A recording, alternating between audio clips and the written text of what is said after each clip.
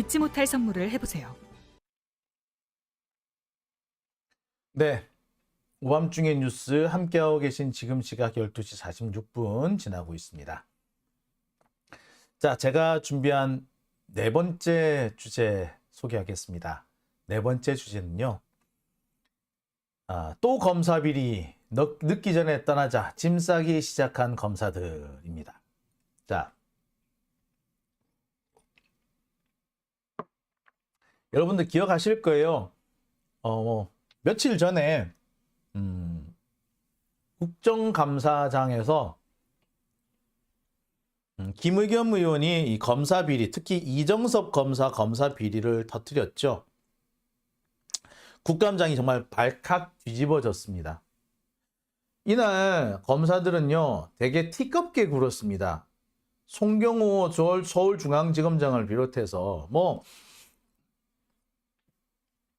수원지검장까지 하나같이 정말 거만하기 이를 데 없었죠. 역대 검사들이 이렇게 싹퉁바가지, 단체로 싹퉁바가지 없었던 적은 없었던 것 같습니다. 검사들이 아예 대놓고 국회를 무시하는 그런 상황이었죠. 이게 정말 심각한 겁니다. 국회의원은 국민의 대표인데 검사들은 누구의 대표입니까? 대표가 아니에요. 지들은 공익을 대표한다 그러는데 누가 지들한테 그 공익을 대표하라고 해줬어요? 법률? 법률을 누가 만드는데? 국회의원이 만들잖아요. 근데 지들이 국회의원들한테 그렇게 대든다고 싹퉁바가지 없이 국민의 대표한테 기본적으로 갖춰야 될 예의라는 게 없는 거 아닙니까? 그랬는데 그런 검사들이 찍소리도 못하게 된 이유가 있었죠. 그게 바로 검사 비리 때문이었습니다. 일단 김의겸 의원이 폭로한 검사 비리, 이게 가장 쇼킹했죠. 수원지검 이정섭 검사. 이 사람은 처갓집 집사 검사라는 지금 별명으로 불리고 있습니다. 처갓집 관련된 민원을 지가 정말 열심히 해결해 줬더군요.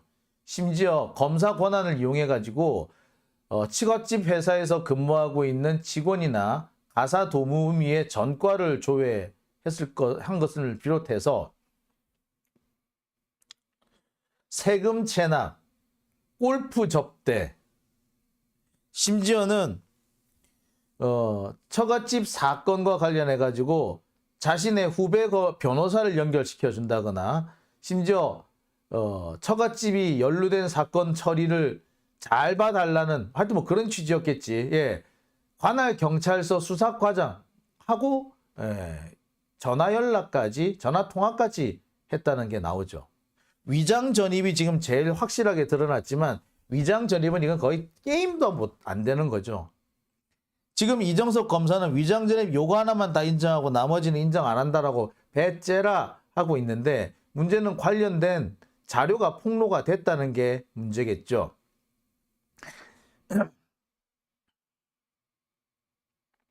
이정섭 검사는 어떤 사람이냐면 요 사람입니다.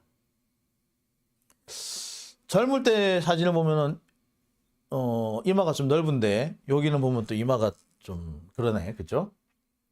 수원지검 2차장이고요.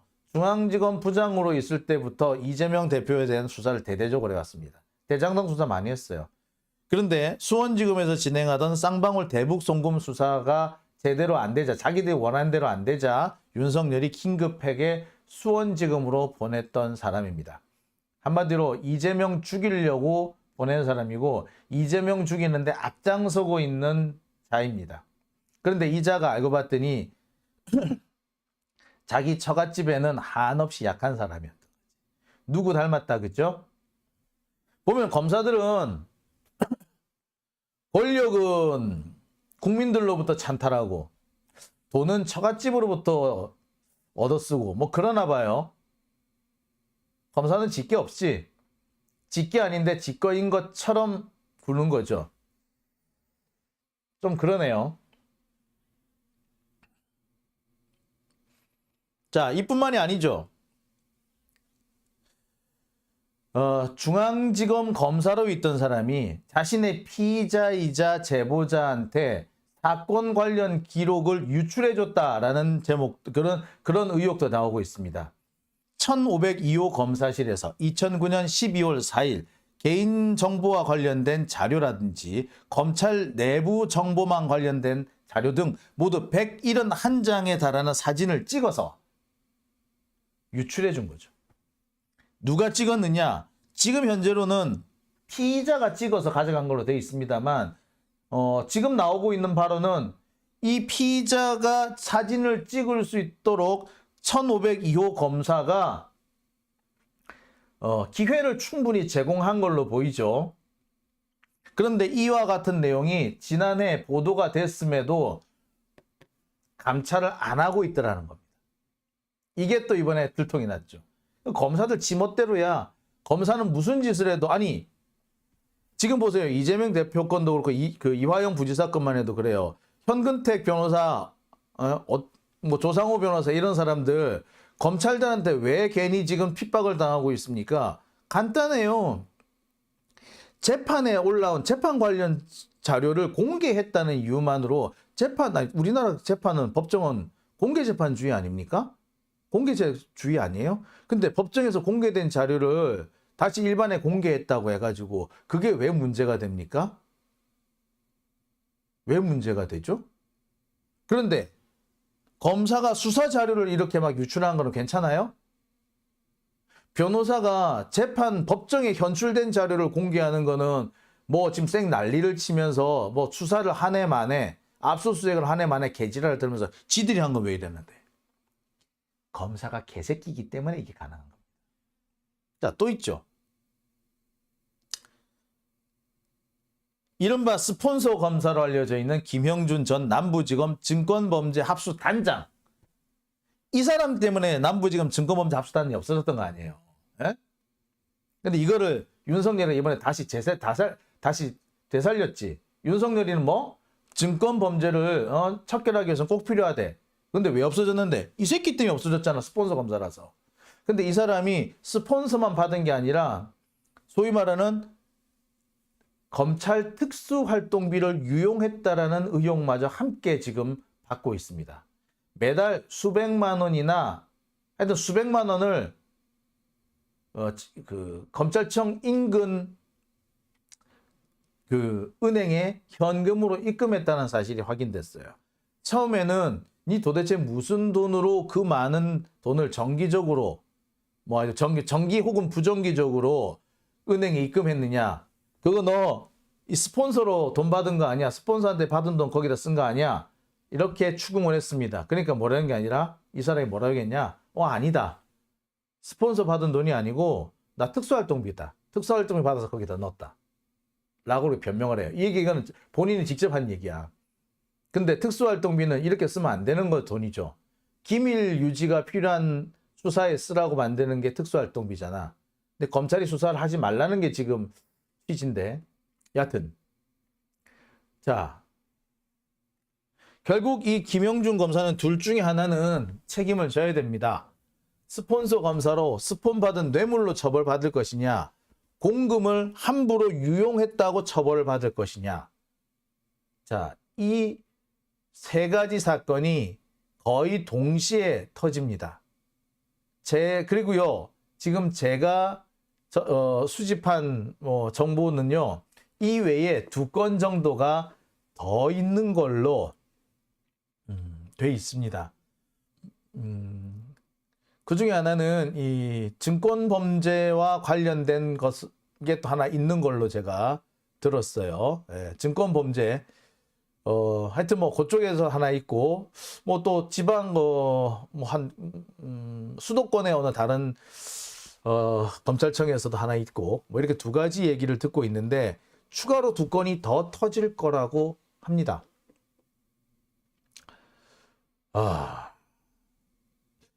지금 현재 이런 얘기가 지금 접수되고 또 이 문제를 지금 본격적으로 거론하고 있는 데가 민주당의 검찰 독재 정치 탄압 대책위원회, 검찰 독재 정치 탄압 대책위원회 산하의 검사범죄 대응 태스크포스 팀에서 이게 지금 본격적으로 거론이 되고 있고 다뤄지고 있다고 합니다. 새로운 제보도 이쪽으로 많이 접수가 되고 있다고 해요. 지금 바로 이 검사범죄 대응 태스크포스에서는 이 검사 범죄 행위에 대해서 탄핵과 고발, 국정조사, 감사, 그다음에 상설 특검 등 여러 가지 대책을 지금 진행을 하고 있는 것으로 지금 전해지고 있죠. 근데 제가 볼 때는 지금 그 이정석 검사 같은 경우에 대검에 고발을 해놓은 걸로 돼 있는데 대검 고발은 뭐 어림도 없고요. 제가 볼 땐 이거는 특검, 상설 특검, 이건 특검 검사 범죄이기 때문에 검사의 범죄는 특검에서 처리할 수 있죠. 특검에서 처리를 하거나 안 그러면 공수처에서 처리를 하거나 그게 아니면은 탄핵을 하는 것이 맞습니다. 재밌는 거는요, 이정석 검사의 이런 범죄 행각에 대해서 검찰이 적절한 조치를 취하지 않을 경우에 지금 현재 검찰 수뇌부, 지금 상황은 그렇습니다. 수원지검장, 수원고검장, 그다음에 대검, 이 줄줄이 다 탄핵 대상이 될 수 있습니다. 징계 혹은 탄핵 대상이 됩니다. 자, 그렇습니다. 상황이 지금 이렇게 되니까 검찰 쪽 내부에서도 여러 가지 얘기들이 나오는 것 같아요. 특히 검사 범죄가 3건이나 연이어서 터지고 추가로 몇 건이 더 터질 것이다 라는 소식이 전해지니까 검사들 내부에서, 검찰 내부에서 위기의식이 아주 팽배해져 있다고 합니다. 이번에는 진짜 빠져나가기 힘들겠다. 한동훈 때문에 부는 역풍, 그러니까 이재명 대표에 대한 이 억지 수사, 강압적인 억지 수사, 이것 때문에 한동훈으로 인해서 생기는 역풍이 일고 있는데 이것도 힘겨운 판에 검사들의 다른 개별 비리들까지 터지니까 이제부터는 검찰의 위기가 시작될 거다. 그리고 심지어 어떤 얘기까지 나오냐면 다음 총선에, 그러니까 내년 총선에서 검찰 비리 혹은 검찰 개혁 등이 주요 의제가 될 것이다. 주요 이슈, 핵심 이슈가 될 것이다. 라는 전망도 하고 있습니다. 따라서 내년 총선을 어떻게 잘 넘기느냐에 따라 가지고 검찰청의, 검찰의 운명이 바뀔 수도 있다. 그런데 이번엔 솔직히 빠져나가기 어려워 보인다. 악재가 겹쳤다. 한동훈이 저질러 놓은 그 악재만 하더라도 사실 버거운 판에 연이어서 이정섭이니 김형준이니 대검 마약과장이니 이런 사람들의 문제가 연이어 터졌는데 다 이들이 다 한동훈 라인, 한동훈 사단들 아니냐. 그렇다면은 한동훈도 문제인데 한동훈 사단까지 문제를 일으켰다면 방법은 뭐냐? 빠져나갈 방법이 없다. 그러니 이번에는 정말 어렵겠다라는 얘기를 하죠. 그러니 더 문제가 커지기 전에 나가야겠다. 짐 싸서 나가야겠다라는 얘기가 나오는 거예요. 그래서 지금 검사들이 짐 싸기 시작을 한 겁니다. 그래서 많은 검사들이 나 나갈 데 없나? 어디 나가서 어디 취업할 데 없나? 로펌 대형 큰 로펌 같은데 갈 데 없나? 이렇게 지금 물색을 하고 있는 겁니다. 그런 일들이 서서히 벌어지기 시작. 지금 현재 지금 많은 검사들이 검찰 그만두려고 하고 있어요. 일부는요, 공수처로 가볼까? 라는 얘기도 한답니다. 공수처가 지금 사실 뭐 거의 망가지다시피 했지만, 그래도 거기 가면은 그나마 지금 검찰이 망가지면 어딘가 한 군데는 이 반부패 수사를 해야 될 것이고, 그렇다면, 공수처가 낫지 않을까라고 하는 검사들도 있어요. 지금 상황이 딱 그 상황입니다. 자, 그런데 여기서 나오는 얘기가 있어요. 어떤 검사가 그런 얘기를 합니다. 자, 지금 검찰의 위기가 어디서 시작됐냐? 한동훈 아니냐? 그리고 지금 사고 친 애들이 다 누구냐? 한동훈 사단 아니냐? 그렇다면 이 위기에서 검찰이 벗어나는 방법은 뭐겠냐? 한동훈이 물러나는 거다. 근데 옛날 같았으면 이런 상황이 터지면 물러난다. 그래야지 그 한마디로 해서 계파의 수장이 물러나 줘야지 지 새끼들은 살릴 수 있다. 근데 한동훈은 절대 그럴 애가 아니다. 그래서 검찰의 위기는 더 심화되고 있다. 라고 얘기를 합니다. 여러분 어떠세요? 꽤 그럴싸하죠? 저 되게 그 말에 설득당했잖아. 실제로 보면 옛날에 그랬어요. 문제가 터지잖아요. 그러면 그 문제에 책임을 지고 물러납니다. 그 예를 들어 이런 거예요. 최재경 그 검사장 같은 경우에 그 사람 같은 경우는 뭐에 대한 책임을 지고 물러났다? 예, 그 사람은 두 가지의 책임을 지고 물러납니다. 검란, 한상대 검찰총장 들이받고 그 최동욱 검찰총장을 뭐 옹립하는 그 과정에서 주도적인 역할을 했죠. 그 검란에 대한 책임 하나. 그다음에 또 한 가지 구원파 유병헌에 대한 수사 실패. 제가 볼 때는 유병헌에 대한 수사는 나름 최재경으로서는 복귀작이나 재기작을 노리고 한 거였는데 오히려 망가졌죠. 그러니까 어떻게 됐다? 본인이 나가버린 거예요. 나간 거예요. 그래서 소위 말하는 자기 특수부 라인은 살린 겁니다. 그때 최재경이가 자기 자리를 내놓으면서 살린 게 누구다? 뭐 최동욱도 마찬가지고 그 라인에 포함된 사람이 윤석열 이런 사람들이었던 거야. 얘들 다 살린 거야. 그렇게 된 거예요. 그 외에도 많습니다. 검사가 일단 한마디로 말하면 자기 라인 뭐랬냐면 특수통의 대부다 이렇잖아. 내가 특수통의 대부인데 특수통이 사고를 쳤어. 그런데 그 사고 친 것에 내가 연루가 다 돼 있어. 그러면 어떻게 돼? 나 때문에 검찰의 위기가 생기면 안 되잖아. 그럼 어떻게 된다? 내가 나가버리는 거야. 내가 책임지고 나가.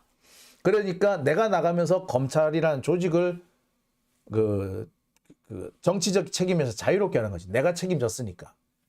그러니까 지금 같은 경우에도 한동훈 때문에 벌어진 일이니 한동훈이 사표를 내고 나가면서 한두 놈, 송경훈이 이런 애들 쏙 뽑아가지고 나가버리면 뭐가 된다? 자연스럽게 책임을 물은 게 돼버린다는 거예요. 그러면 검찰은 비난에서 자유로워진단 말이야. 그래서 새로운 돌파구를 찾아 나갈 건데 한동훈은 죽었다 깨나도 그럴 사람이 아니라는 거지. 그러면 한동훈 때문에 생긴 위기가 한동훈으로 끝나는 것이 아니라 점점 검찰 전체의 위기로 확대된다는 겁니다. 맞지? 더군다나 한동훈이라는 애는 어떤 애냐? 고발 사주 같은 걸 하나 터뜨려가지고 이 상황에서 뒤집기를 노릴 거라는 거예요. 반드시 뒤집기 노릴 거래. 그냥 앉아있을 애가 아니다라는 거예요. 무슨 억지를 쓰든 어떻게 됐든 뒤집기를 할 거다.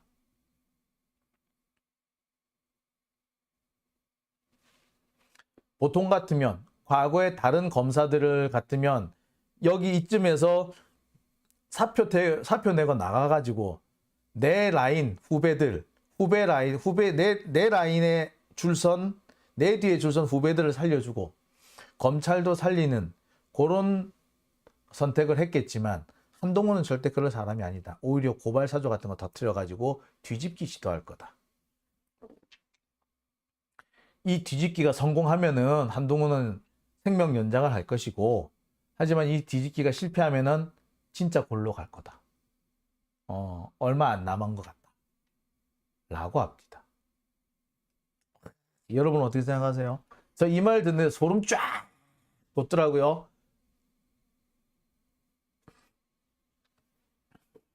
네. 지금 검찰청 내부의 분위기가 이렇습니다. 한쪽에서는 짐 싸기 시작하고 한쪽에서는 한동훈이가 좀 물러나줬으면 하는 얘기를 하기도 하고 또 한쪽에서는 한동훈이 그냥 물러날 사람은 아니야. 뭔가 뒤집기를 할 거야. 그 뒤집기가 성공하기를 바란다. 라는 사람도 있고. 야, 거기도 세 조각이 났네? 예. 이거는 뭘 말한다? 검찰도 서서히 분열되기 시작한다. 분열의 시작인 거죠. 자,